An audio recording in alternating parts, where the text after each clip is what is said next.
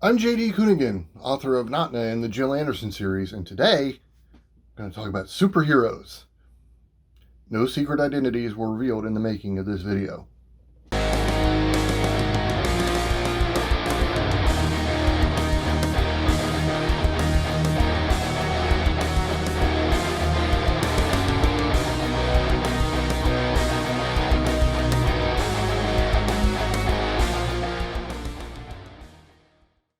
As a child, Jill Anderson was your typical daddy's girl. So much so that she decided, at just 9 years old, she wanted to follow in her father's footsteps. Her father, Paul, was a homicide detective in Baltimore. By all accounts, he was one of the best in the city. He had the highest closure rates, and he had been given a key to the city after he brought down a serial killer who had been favoring children. But as Jill navigated her teenage years, her father fell into a bad crowd. He began taking money under the table from a wealthy businessman who had an interest in ensuring a vibrant drug trade among Baltimore's poorest neighborhoods. Part of that agreement included dealing with well-intentioned citizens who decided to do something about it. 3 dead bodies later, Paul Anderson was sitting in a courtroom, labeled a serial killer as the jury rendered a guilty verdict. Then, an execution order. Her father sat on death row. Her mother committed suicide. Her younger brother had been in a car accident and lost the use of his legs. For Jill, who had grown up worshiping her father and was so sure she knew right from wrong, it was too much. Amid the upheaval, she enlisted in the army and served a tour in Iraq. When she got out, she returned to Baltimore and joined the police academy, where she proved she was worthy of her hometown's badge, and then some. Jill became a cop, just like her father. She worked homicide, just like her father. But for every murderer she put away, Jill saw her city crumbling before her. She saw the dead bodies. She saw the endless drug trade. So bad, it had even seeped into the inner harbor. She saw greed and corruption overrun the city where she grew up. But more than anything, she saw that her badge wasn't enough.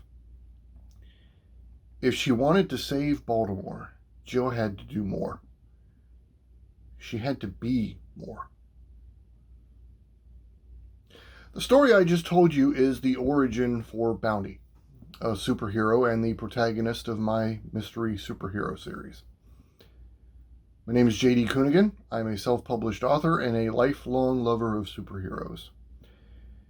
It's jarring to see something I got made fun of for liking in school is now as popular, so ubiquitous, that a superhero movie is considered a failure now if it doesn't make $1 billion.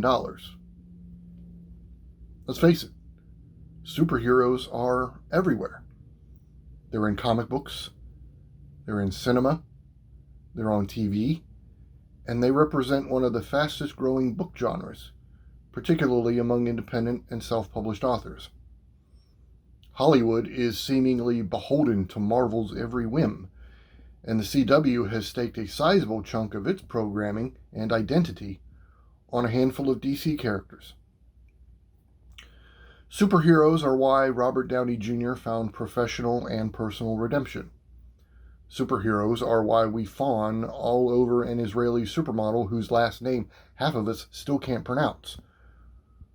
Superheroes are why, if I were to stand up and proclaim, "That's America's ass," half of you watching would tell me, I understood that reference. Superheroes are everywhere, and they're as important to our society today as they have ever been, maybe more so. It's not about the powers and the costumes. It's about what these heroes represent. I don't have to tell you how scary the real world is.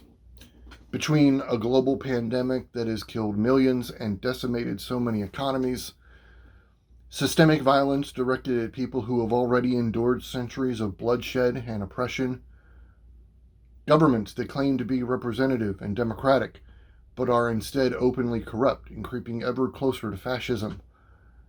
There is no shortage of problems facing us, and many of these problems are impossible for us to solve on an individual level. Some of them are seemingly impossible to solve, period. Superheroes make the impossible seem possible. In many ways, they represent the power, the strength to change entire worlds. Many of these heroes possess powers, abilities, and strengths that literally allow them to save the world, if not the entire universe. In one of Marvel's movies, the villain literally snaps half of existence to death. And in the very next movie, the heroes bring all those people back. Detractors often say superheroes are nothing but a power fantasy, a form of wish fulfillment. They are, but not the way people think. We wish we could rid the world of its injustices and its evils. Superheroes can. We long for the power to truly affect change in the world. Long-lasting, wide-reaching change. Superheroes have that power.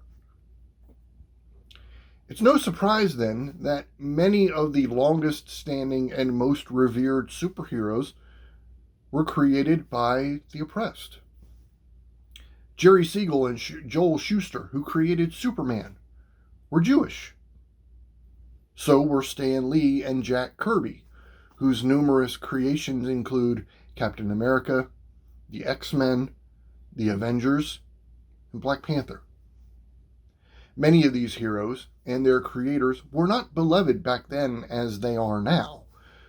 In fact, Kirby often received death threats because of his work. Kirby, who fought in World War II, would reply by telling those threatening him to meet him outside Marvel's offices. His haters never showed. Superheroes tap into our deep-rooted desire to do more, to affect the world in ways we can't as regular people. Superheroes show us a reality in which the big scary things can be defeated. Superheroes give us hope that the individual can make a difference in the world at large, even when reality continues to slap us in the face and tell us we can't. That philosophy guides me every time I write one of Jill Anderson's stories. It's possible to turn this narrative into something dangerous, something akin to fascism, because superheroes are also, in a sense, extracurricular. They are, for lack of a better term, above the law. And we've seen what happens over the years when our heroes are taken down that road. Whether it's someone like the Punisher or an interpretation of a long-established hero like Captain America that flies in the face of everything that hero has historically stood for. That's the double-edged sword of creativity.